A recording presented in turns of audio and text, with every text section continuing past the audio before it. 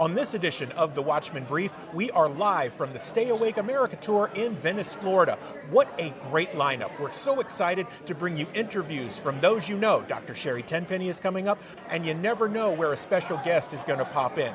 The Watchmen Brief is straight ahead, live on the road. Stay tuned.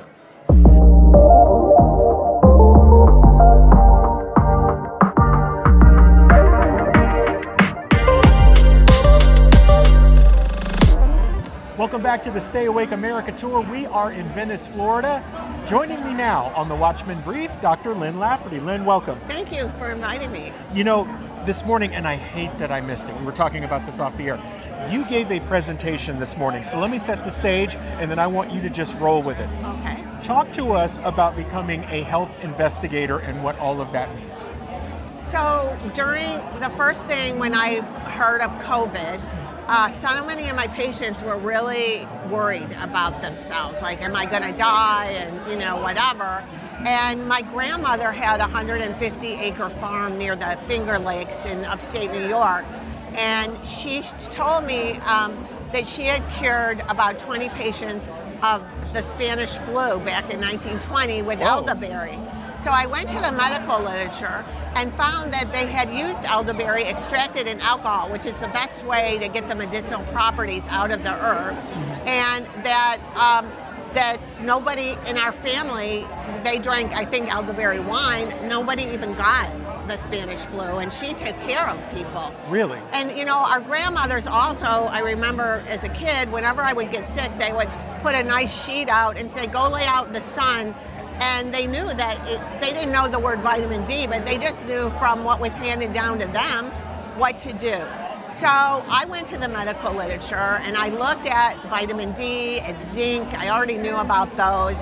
And I put on a class, an immune class, about how to build your immune system, and then things that why did ivermectin work, or why did hydroxychloroquine, even Z-Pak will kill viruses. So all this hidden information, and there were so many things in a kitchen that would kill COVID. So I started a website, drlynlafferty.com, and I have free classes, but then I decided, let's do a course, because I teach in medical school and pharmacy school. Okay. And I have a gift. I think my biggest gift is taking complicated things and make them easy to understand. And so I have this course, and it's called Become Your Own Health Investigator. So we go through all the body systems. We look at, just an example, GI. If you go to a gastroenterologist, you're going to be put on like a Nexium, a proton pump inhibitor. It's all they've got. My best friend was the head of executive medicine at the University of Miami. She used to say, I always recommend you for all the GI patients. I can do a scope and a scan and give them Nexium. But you know about what peppermint oil does, and aloe, and digestive enzymes. Digestive enzymes used to be prescription drugs. We used to lower cholesterol with bile salts from a cow. So all these things I teach people because your doctors, unfortunately, aren't educated the way they used to be. They're basically programmed today. And we have to take, I think people saw this during COVID, we have to empower ourselves and take control of our own medicine. Dr. Lafferty, you mentioned something about our immune system and building it up. It feels to me that we live in an environment of sick care. So if they say, oh, your immune system's weak, take this drug. But what you've just described to me is a very natural way to get yourself to the point, because we're designed to fight these things off. That's right? Exactly. And the stronger we make our immune system. So they're, like, for instance, they took in Canada probably about 15 years ago or 20 years ago, they took one group of hospital employees, they gave them vitamin D. They took another group and gave them the flu shot. Guess which ones didn't get the flu the most? The vitamin D. So even, I had a doctor about a year ago come in and say, because of you, he was the attending physician over all the family medicine residents at our county hospital. He said, because of you, nobody died from COVID. And I'm like, well, because of me. He goes, yeah, remember all those studies you showed me on vitamin D, zinc, vitamin C? He said, I told the residents, I don't care if they have COVID or not, put every patient on it. And none of our patients got it. He said, but another thing, he said, nobody died from COVID at the hospital until they took the hydroxychloroquine away. And that was from a fake study that one of the top journals that destroyed itself called The Lancet. And the editors of these medical journals have even come out and said, we're nothing more than the marketing arm now of the pharmaceutical companies.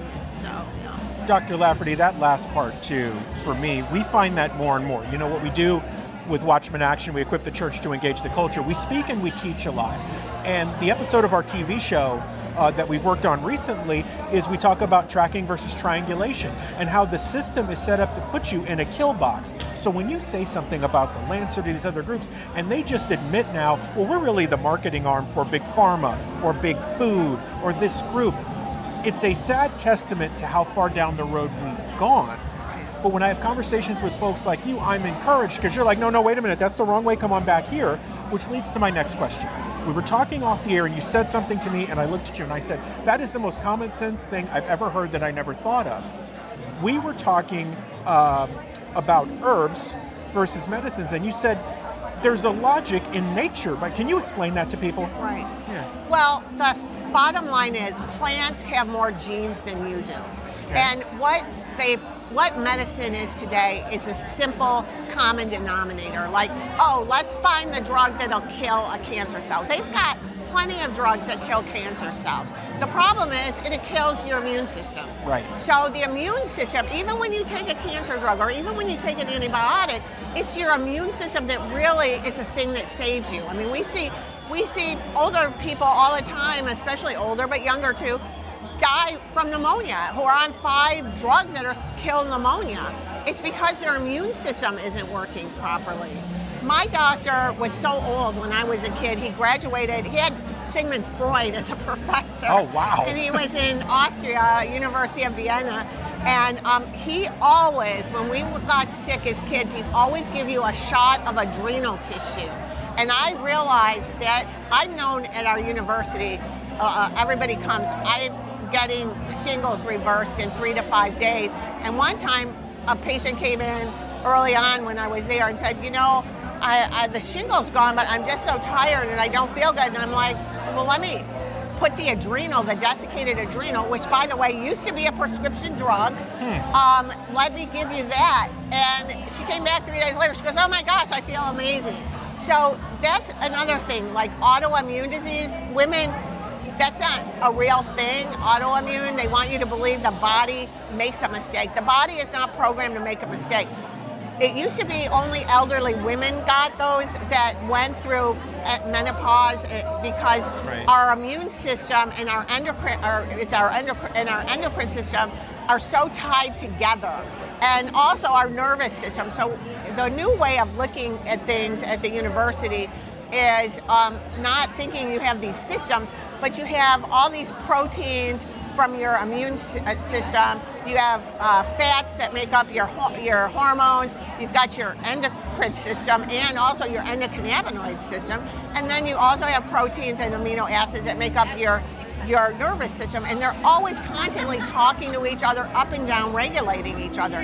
When you take an animal tissue or you take a plant, they're going to hit all of those different things instead of one target like a drug.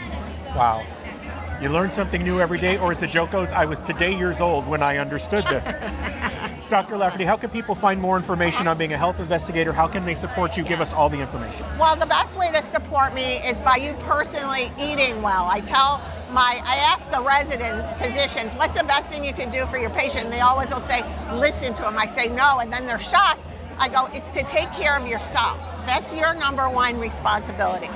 You can come to my website, drlynnlafferty.com. There's a free course on the immune system. There's a free course by 3 fabulous doctors. I'm also a naturopathic doctor, an MD who runs the integrative department, and then an osteopathic doctor, which also does many things manipulative-wise to increase your immune system and do other things like that.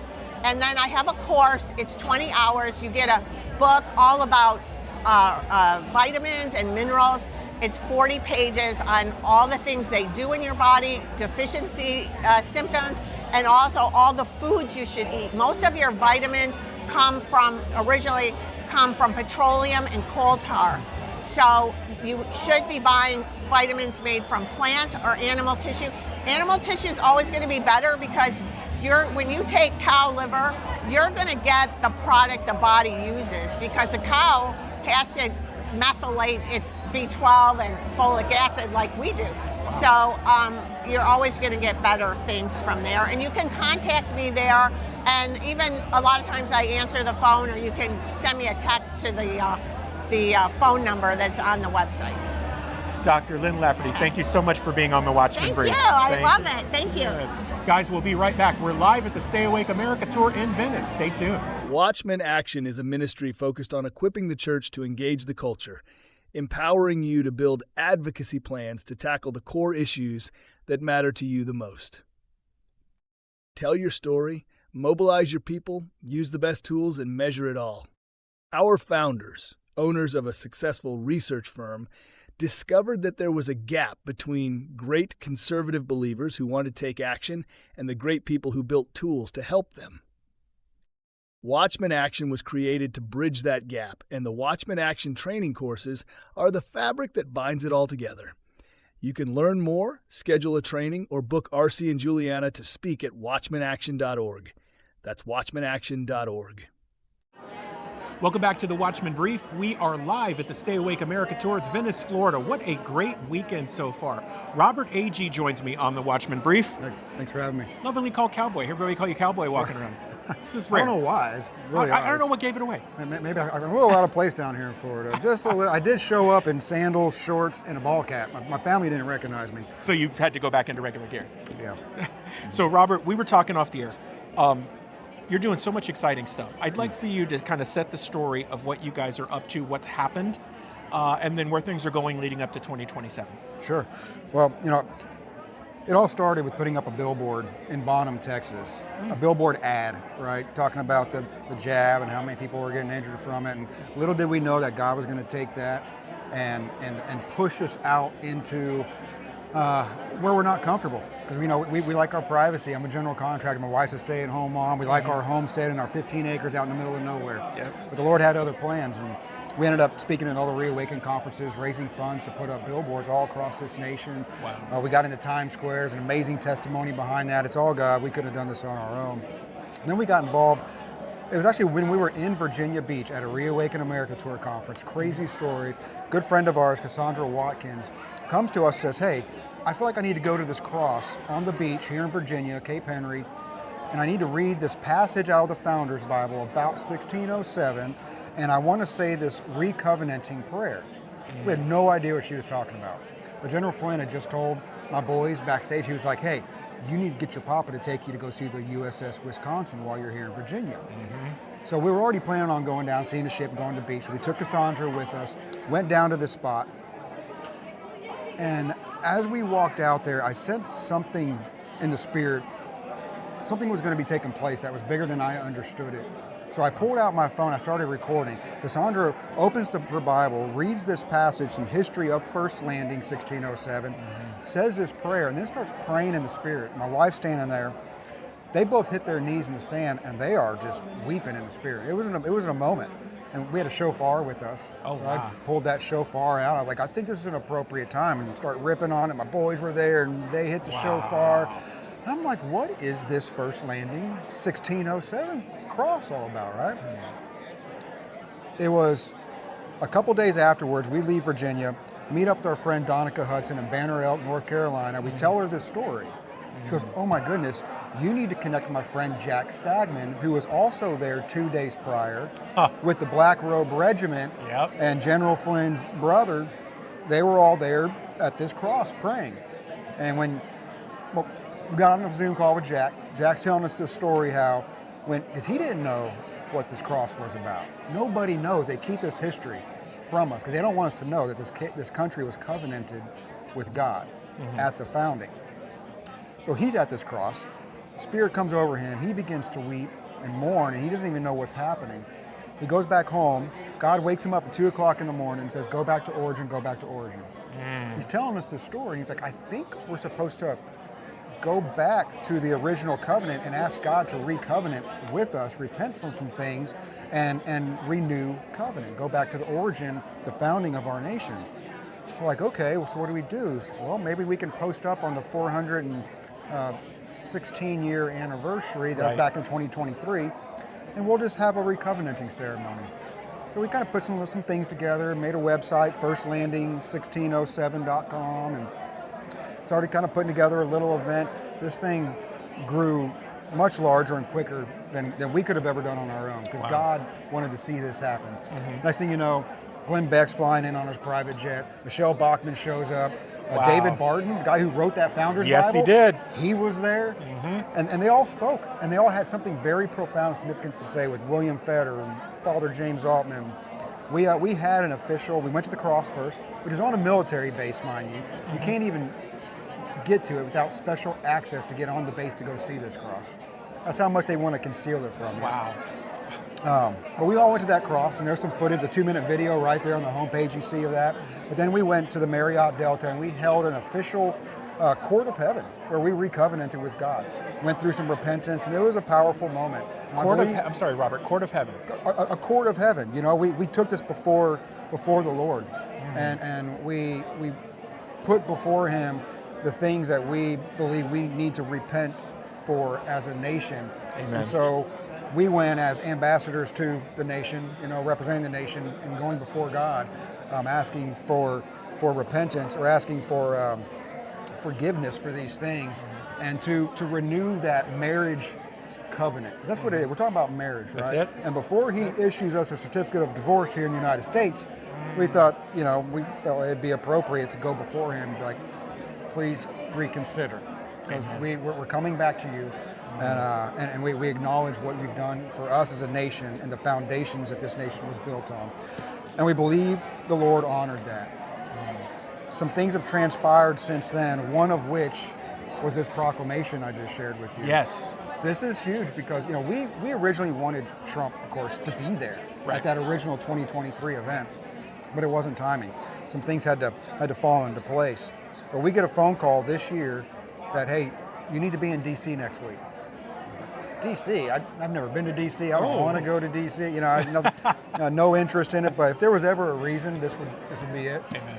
So we show up not knowing what to expect, and they didn't really tell us. They said they're talking to the president, and, you know, just be ready. Okay.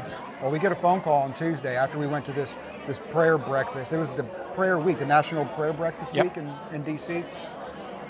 So right after that moment, we get a phone call saying, hey, we want you at the White House tomorrow. So we show up, and we met with Vince Haley, the director of domestic policy. He's real close to Trump. Didn't meet Trump. Would have loved to meet the president.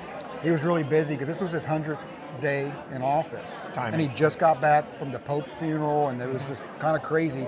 But he actually signed this proclamation recovenanting this nation back to God on his 100th day in office. Wow. Which just happened to be the 418-year anniversary date. Come on. Right? And I'm just going to, can I just read you a little? Please, go ahead. This paragraph. Yes, you know, absolutely. there's a little history, and you can go to the whitehouse.gov website and pull this up for yourself, or go to remnantrevolutiontour.com or firstlanding1607.com. But right here at the bottom, it says, more than 4 centuries after the first landing, we prayerfully renew our covenant to always be one nation under God and to always seek His blessings and protection. Now, therefore, I, Donald J. Trump, President of the United States of America, by virtue of the authority vested in me by the Constitution and the laws of the United States, do hereby proclaim April 29, 2025 as a day of celebration of the 418-year anniversary of the first landing and the raising of the cross at Cape Henry, Virginia by the Jamestown settlers. Wow. This is from the most powerful leader in the world, of the greatest nation on earth, recognized this covenant and recovenanted with God. So I believe this is one of the most overlooked things that President Trump has done in his current administration. Robert, it is amazing to me. You know, Juliana and I with Watchmen Action, we talk about this type of stuff. And what we're doing, part of what we're doing for America at 250 is reminding people of the end of the Declaration of Independence, not just the beginning, where they pledged their lives, fortunes, and sacred honor for this idea, right? Covenanted by God to do these things. And It's amazing to me. I know this is out there, but it is amazing to me that you're not on a radio or TV show every single day on major networks that are on our side, having this conversation and how important it is, because we talk about 1774, 1776, we talk about it, but we don't often enough go back to our origins. We've discussed the Mayflower Compact, but even before that, there was the covenant in the Mayflower Compact, but even with this, before they did anything, which is what you were telling me. Sorry, go ahead, This was, and forgive me, I didn't even explain what first landing was. Yeah, please, go ahead. And I had no idea, because if you go to the first landing park in Virginia, they don't even tell you this history. Right? Because again, we know about Jamestown, but 2 weeks before Jamestown, before they went down the James River, first landing happened. This is where essentially Reverend Robert Hunt, commissioned by Queen Elizabeth, but then King James after, sent 3 ships over to the U.S. to found the new land. But there was a little secret with Reverend Robert Hunt and John Smith and the guys that were orchestrating this. I think if the king actually read what they wrote, he would have never sent them, because they were breaking from the monarchy and they wanted to create a nation under God and under His kingdom, not the kingdom of a man. Right. So it's amazing how God will use anyone, right? But he sends these 3 ships over, and they actually come off the shore of Cape Henry. They get off the ship, and the Indians start shooting arrows at them. Right. They immediately get back on the ship and realize that they forgot something very important, that they needed to pray and fast for 3 days on those 3 ships before they stepped foot on this new ground. And so they did that. And when they stepped foot on the new ground after that 3 days of prayer and fasting, they had no issues with the natives. In fact, it became a blessing of relationship. But they had cut the mast to their ship, made a giant cross, right, planted that in the ground, and dedicated this nation to spread the gospel of Jesus Christ to all the earth and to raise up godly generations afterwards. And they covenanted with God at that moment. And it's that history that they don't want us to know about, because they don't want us to. Covenants are eternal. Right. I mean, we're talking about a marriage covenant between God. That's a big deal. He did issue a certificate of divorce to the house of Israel, the 10 northern tribes. Yes, he did. Now, he'll issue certificates of divorce. And before he did that with us, we're like, will you please reconsider? And I believe he honored that. But it's an amazing history, and you can find out more at firstlanding1607.com. We have some historical documents on there, and of course there's some amazing speeches that were given at that 2023 event, and it's all on there. But this is a history that I believe is very important to all of us to understand. What are we talking about? We're talking about going back to origins. Correct. And everything that we're doing right now, we're realizing we've been lied to. We've been bamboozled. Yep. Everything is a counterfeit of the original. And so if we can go back to origins and everything in our life, I think we're going to find the answers and the victory that we're looking for. Robert, again, I am amazed, and this is going to spread far and wide, obviously, because people need to hear this story. I'm excited we got a chance to do it. It's not going to get heard enough unless we keep pushing. And so we're not wrapped yet, but I want to let you know now that you have an ally in Watchmen Action to spread this message, and with this show and all of our reach, because if we don't get back to origins, when you don't know where you came from, that's when they can hijack your history. That's right. Right? So talk to us about what's coming up. What's going on 2025 to 2027? Again, this is all orchestrated by God. Yeah. We couldn't do this on our own if we tried, but because of obedience of few, God can do big things. Yes, he can do amazing things. And my wife was feeling the Lord was speaking to her about doing a covenant tour. We did the Remnant Revolution fish tour. We went around the U.S., my wife and kids, and had a great time with so many amazing people. Ended up doing hundreds of baptisms, and it was an amazing testimony of God's faithfulness. But she was feeling like we needed to do a covenant tour so people do understand this history and do recognize what our president has proclaimed here. Well, Donica Hudson, who's also one of the founding members of the First Landing 1607 project, also got a word from God. And when they talked to each other and shared notes, they said, it's time to make some noise. Who's this? they knew that God was calling us to do the same thing and together, which was to launch a tour going to at least 7 specific locations, historical locations of significance throughout the U.S., and bring this covenant to the people. Now, how are we going to do that? We're just, we're little people. We don't have backing, and we don't have funds and all that, but we know God's calling us to do it. Just like He was calling our wife and I to put up those billboards. God breathed on it and blessed it. Just like we were being called to do the Remnant Revolution Fish Tour. We had nothing. God breathed on it and blessed it.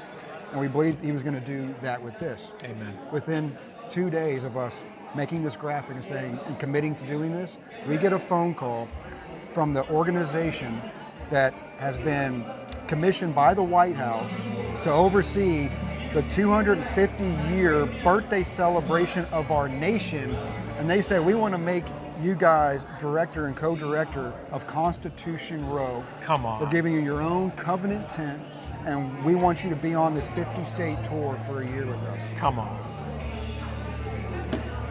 The word is going to get out. God's going to make sure it happens. God's going to make sure. He just is looking for willing people to say, hey, Lord, here I am, use me. Use me. Robert, this has been incredibly enlightening. I'm blown away. Again, how can people find more information on everything you've done and then the tour itself? Sure. You can go to remnantrevolutiontour.com, remnantrevolutiontour.com. There's going to be information about the tour there, but you can also go to firstlanding1607.com. That's going to have the full history of the 1607 covenant and more information, as well as a link to the proclamation that President Trump just recently signed. Outstanding. Robert Agee, thank you so much for being on the Watchmen Brief, my friend. Thank you. Guys, hey, it's R.C. Williams from Watchmen Action. While we're here at the Stay Awake America Tour and you're enjoying these great interviews, something else that you can do if you love Watchmen Action and you want to support the ministry is to support those who support us.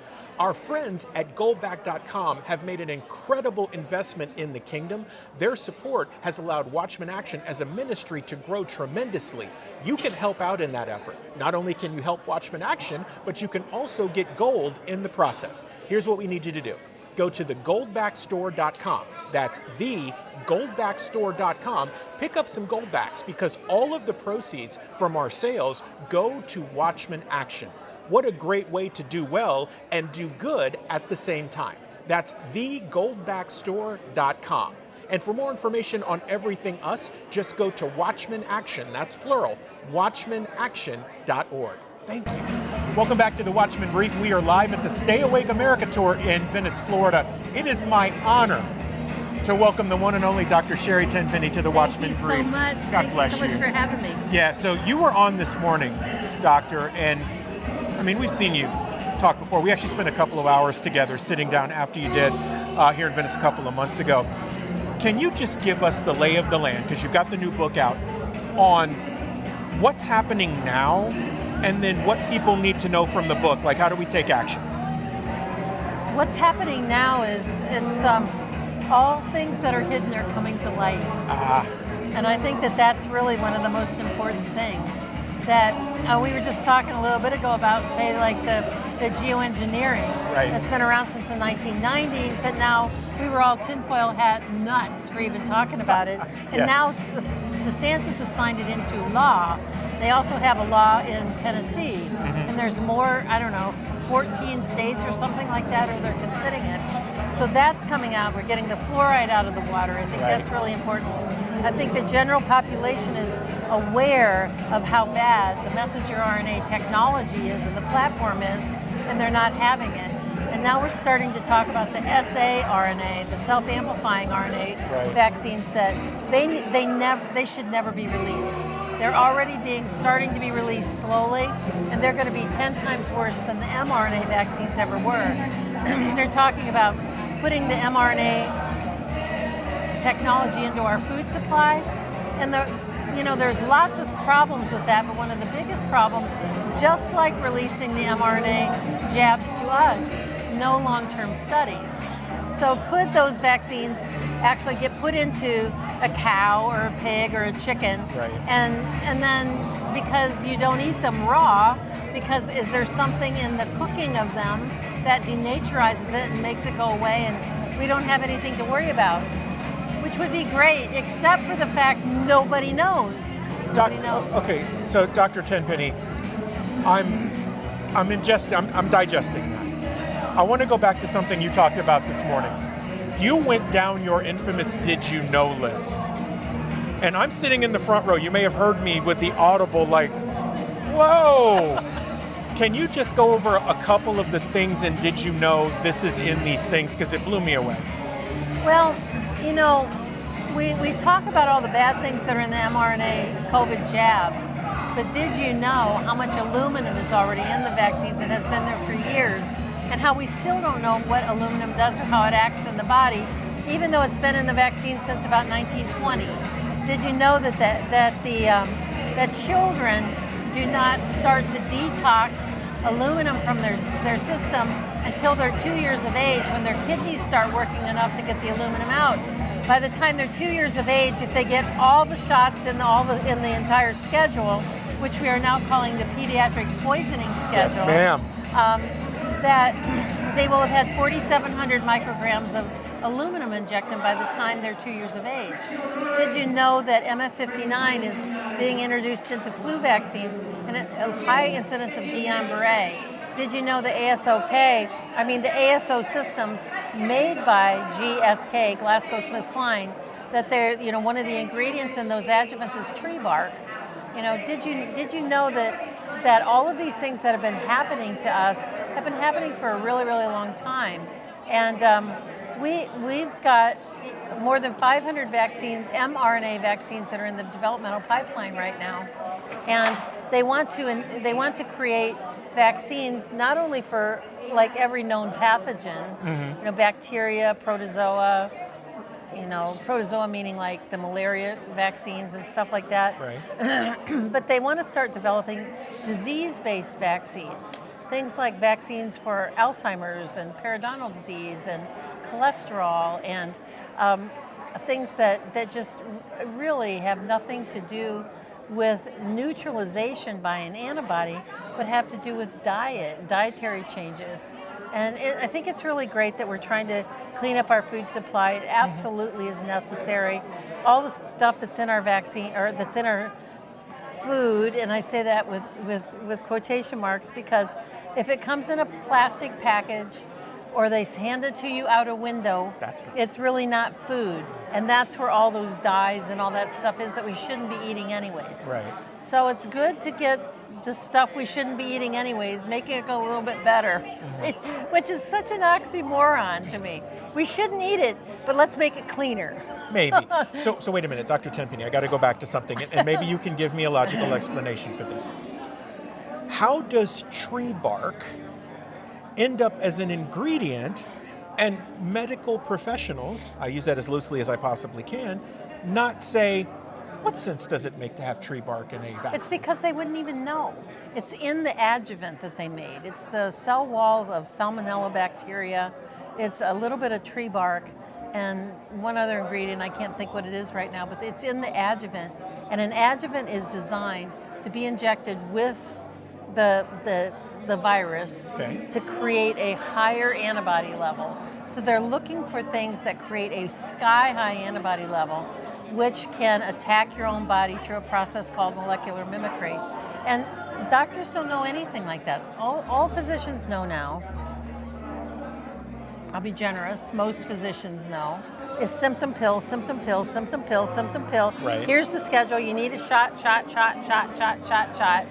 And they never bother to read the package inserts, which are designed by the FDA for doctors and nurses. We do a course in our sister site. It's called learning4u.org. Learning, the number 4, YOU.org. Okay. And we have a lot of courses that we've created that are there. And our most popular course is how to read a package insert. And because if you're not a medical professional, you wouldn't. And you get hold of a package insert and you roll it out across the table, or you look at a lot of the ingredients, you can't spell it, you can't pronounce it, you don't know what it is or what it really means. So we go through each section of that package insert and explain it to people and tell them which sections are the most important. And when I was doing the research for that, I found out that the FDA probably in the early 70s, a standardized package insert. So every vaccine is laid out the same way. The package insert for the vaccine, the package insert for a prescription drug, it's laid out the same way. Okay. So once you learn how to read a package insert, you can apply it to anything that you're supposed to do. Okay. But what I found out about that was these were designed for doctors and nurses to read. You know, we kind of think of it that they're designed for the general population, right? But they're really designed for doctors and nurses to read, to know what's in each one of the things, what the contraindications are, what the problems are. I mean, it says it all in the package insert. It'll tell you the contraindications, some of the drug interactions. It will lay out some of the studies that they've done. I bet you if you put 100 people in this room, 100 doctors in the room, and asked them in the last year how many package inserts have you read, I would say it'd be pretty close to 0 doctors and 0 package inserts. Wow. I'm wondering if that's part of the reason why, because they have to be transparent, obviously. Every ad on TV now is a drug ad. It's like 15 seconds of all the good news and then like 60 seconds of all the side effects. It's almost like they just have to put it there because it never gets dealt with, or? No, that's part of the truth in advertising laws. Okay. That if they, we are one of only 2 countries in the world that allows pharmaceutical advertising on television, us and New Zealand. And it's been that way for a long time. Wow. And part of the truth in advertising on television, when they got permission to start doing that, was they had to tell both sides. The problem is all those commercials are 60 seconds long. So you're kind of right. 15 seconds of, isn't this the latest, greatest thing that will make you sleep, will make you smile, make you happy, will do all this stuff. And oh, by the way, it can do all these bad things, including kill you. Right. You know, so I'm hoping it's one of the things on the list that I know that is under consideration is for Secretary Kennedy to remove pharmaceutical advertising. In fact, Bernie Sanders and a Democratic I'm not sure. I think a Democratic senator, it might be a Democratic representative, but it's bipartisan, have submitted 2 bills. There have been 2 bills that have been floated in the last few weeks up at Congress to stop pharmaceutical advertising on television, which will change the landscape completely. Because I think it's upwards, it's over 30% of revenues that go to mainstream media come from pharmaceutical advertising. So if that money goes away, all of that drops like a rock, shuts down, downsizes, and even better, will allow real journalists to do real research and real articles on the downsides of pharmaceutical, which at this point they aren't allowed to say because you can't bite the hand that feeds you.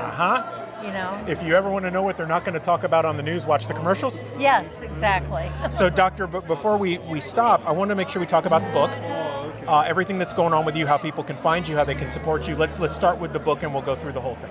Well, the book is called Zero Accountability in a Failed System: How Big Pharma Weaponizes Vaccines, Public Health, and the Law. And for the listener, just remember zero accountability. That's all you need to remember. And when you start looking around, I've had a lot of people that, things will come up on the news and they'll send me a little text that says zero accountability. So people will remember my book, Zero Accountability, because there is no accountability. Right. And I talk about the weaponization of healthcare, the 40-year march to 2030, about the Healthy People program, talk about the PrEP Act, talk about a lot of things in there that aren't generally talked about and known. Well, maybe people know about it, but maybe only in brief. So I'm really proud of it. People have really liked it. You can get it on Amazon if you just put in Zero Accountability, 10 penny. It'll take you right to the page. Beautiful. Or you can go to our main website, which is dr10penny.com /0, and it will take you to that page too. You can follow me on Twitter by Busy Dr. T. So Busy DRT. Or we have a really busy social media page on Twitter. We broadcast podcast 5 days a week at 11 a.m. And so 11 a.m. every day we have a podcast that live casts over to Rumble and Cloud Hub and a bunch of places. And we also post every day on Substack. And so Substack is dr10penny.substack.com. Beautiful. Dr. Sherry Tenpenny, God bless you. Thank you so much. Thank you for all you do. Thank you. I appreciate it. Thanks for having me.